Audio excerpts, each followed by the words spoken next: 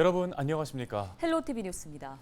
글로컬 대학 예비 지정 학교들의 마음이 급해지고 있습니다. 본 지정 평가가 2달 앞으로 다가왔기 때문인데요. 글로컬 대학으로 예비 지정된 강원대와 강릉 원주대 연합, 연세대 미래캠퍼스, 한림대 등 강원도 내 대학들도 의견 수렴에 나서는 등 사전 절차에 돌입했습니다. 네, 학교 구성원들의 합의 도출도 본 지정 평가에 큰 영향을 줍니다. 정승환 기자가 소식 전해드립니다. 교육부는 9월 본 지정 평가를 거쳐 10월 중 글로컬 대학을 최종 선정할 계획입니다. 이에 따라 예비 지정 대학들은 이르면 9월 초까지 지자체 그리고 지역 산업체와 협력해 만든 구체적인 실행 계획을 교육부에 제출해야 합니다. 본 지정 평가가 2달여 앞으로 다가오면서 강원도 내 예비 지정 대학 3곳이 이달 일제히 본 지정 평가 준비에 착수했습니다. 한림대와 강원대는 지난 3일과 4일 강원도와 실행계획서 수립을 위한 첫 회의를 가졌습니다. 대학하고 지금 어떤 방향으로 가는 게 맞는지를 지금 이제 시작을 했다는 거죠. 얘기를. 어제는 한림대를 갔고 오늘은 이제 강대를 만나기로 했고 내일은 연세대를 만나기로. 본 지정 평가 기준은 대학 실행계획의 적정성과 지자체의 투자 계획, 교육부는 대학이 제시한 혁신 전략과 지역 발전 전략 간의 연계성과 연차별 실행 계획의 적절성, 지자체의 행정적 재정적 지원 계획에 주안점을 두고 평가할 계획입니다. 글로컬 대학의 목적이 지역 발전을 선도할 수 있는 대학을 육성하는 것인 만큼 대학과 지역 발전의 연계성과 실현 가능성을 중점적으로 평가하겠다는 겁니다. 계획 수립 과정에서 구성원 합의나 소통 여부도 주요 평가 요소입니다. 대대적인 학사 구조 개편 등 큰 변화가 예상되는 만큼 이로 인한 혼란을 막기 위해서는 사전 동의나 설득이 필요하다는 겁니다. 이에 따라 통합안을 혁신 전략으로 제시한 강원대와 강릉 원주대는 구성원들의 동의가 관건으로 떠오른 상황. 이런 가운데 일각에서는 통합에 대한 우려의 목소리도 제기돼 의견 수렴 과정에서의 진통도 예상됩니다. 이제 삼척대학교랑 통합을 한 사례가 있지 않습니까? 그때 겪었던 진통들을 아직까지도 잊지 못하고 있는 것 같습니다. 그 가장 큰 문제점은 그냥 일반 학생들이 의견 내용을 모르고 있다는 거. 강원대와 강릉 원주대는 우선 학생과 교직원 등을 대상으로 학사구조 재구조화에 대한 설명회를 개최해 공감대를 형성해 나갈 예정입니다. 이를 위해 강원대는 지난 3일 춘천 캠퍼스에서 설명회를 개최하는 등 의견 수렴을 위한 사전 절차에 들어갔고 강릉 원주대도 이번 주부터 단과대학별 설명회를 열기로 했습니다. 투표 등 구성원 동의를 얻기 위한 절차와 방법, 시기 등에 대해서는 교육부의 세부 일정이 정해지면 구체화하기로 했습니다. 강원대학교하고 또 협의해 나가면서 하려고요. 지금 강원대학교는 지금 실행 계획서 쓰면서 언제 그거를 할지 지금 고민하고 있거든요. 단과대학별로 가서 설명회를 하면서 한번 의견도 한번 물어보면서 하려고요. 본 지정 평가 전에는 학과 통폐합안 등 각 대학별로 학사구조 개편 방안을 비롯해 혁신 모델 실현을 위한 세부 계획을 마련해야 하는 상황. 계획서 제출까지 시간이 많지 않은 가운데 각 대학이 원만한 합의와 소통을 통해 실행 계획을 만들어낼 수 있을지 주목됩니다. 헬로티비 뉴스 정승환입니다. 세계 최대 합창 축제로 불리는 행사죠. 2023 세계 합창대회가 올림픽 개최 도시인 강릉에서 개막했습니다. 네, 나라와 종교, 문화를 뛰어넘어 전 세계에 평화와 희망의 메시지를 전한다고 하는데요. 최성식 기자가 현장에 다녀왔습니다.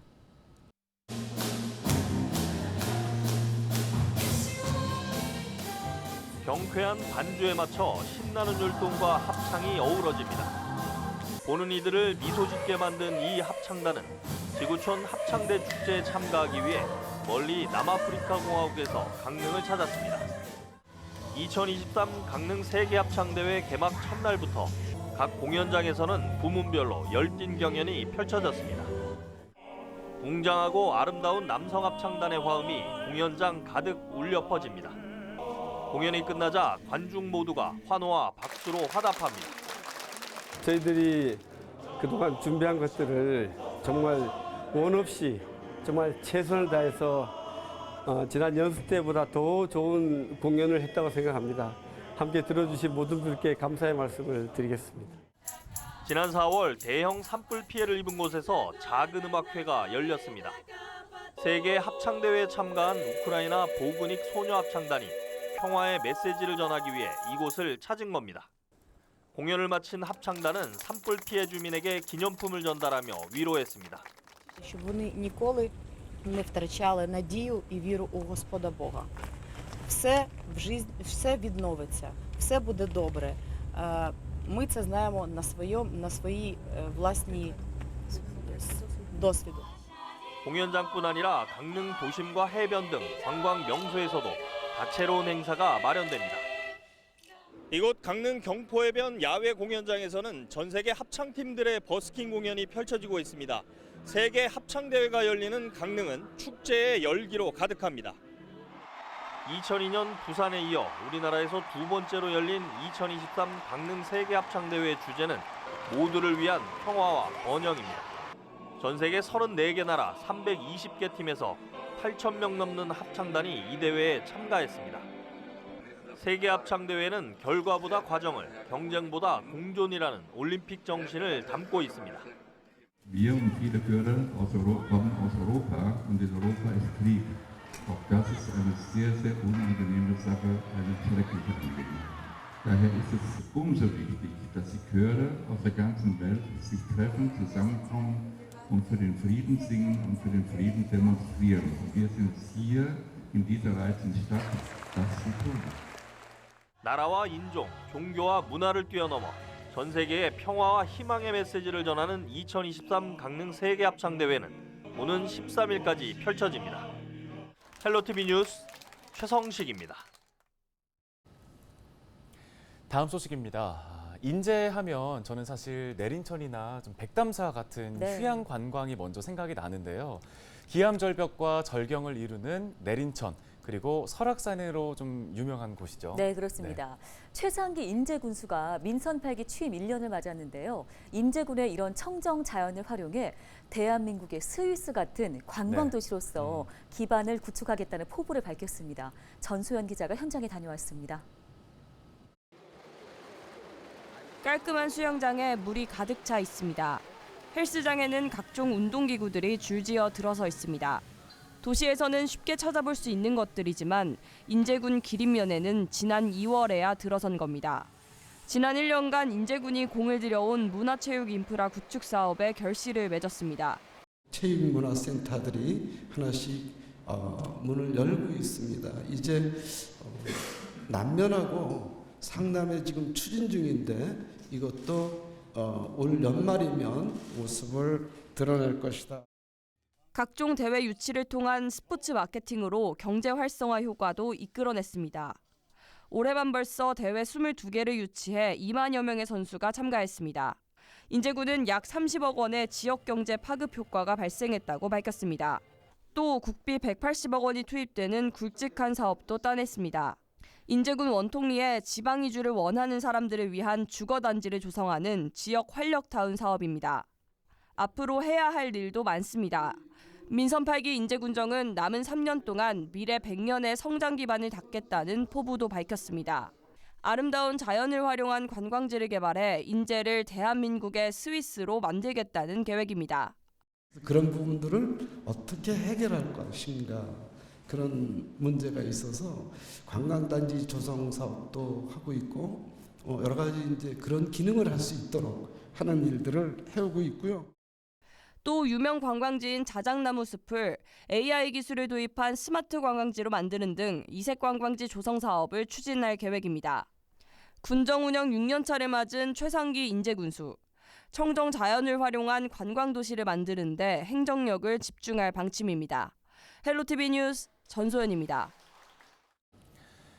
다음 소식입니다. 동해안의 컨테이너선 국제 전기항로 개설이 본격화될 것으로 기대됩니다. 4일 강원특별자치도와 동해시, 선사와 하역사 등이 동해안 컨테이너선 전기 국제항로 개설 업무 협약을 체결했습니다. 이번 협약에 따라 러시아 블라디보스토크와 동해, 부산을 잇는 전기항로 취항을 시작하고 물동량에 따라 선박을 추가 투입할 계획인데요. 동해시는 이번 협약을 통해 지역 경제 활성화에 크게 기여할 것으로 기대하고 있습니다.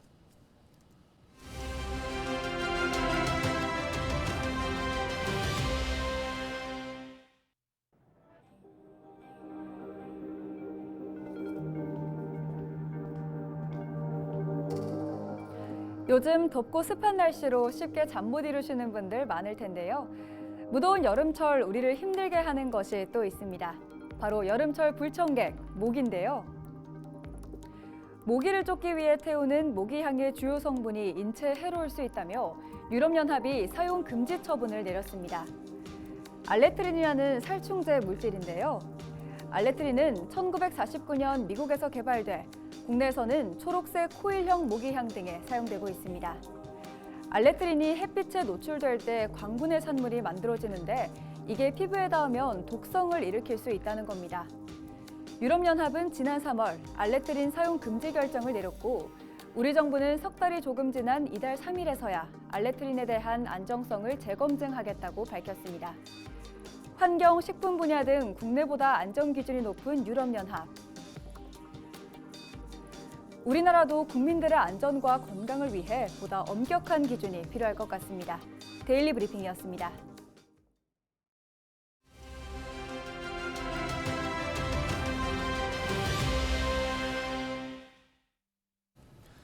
원주시가 탄소 중립과 녹색 성장 추진을 위한 대책에 발빠르게 나서고 있습니다.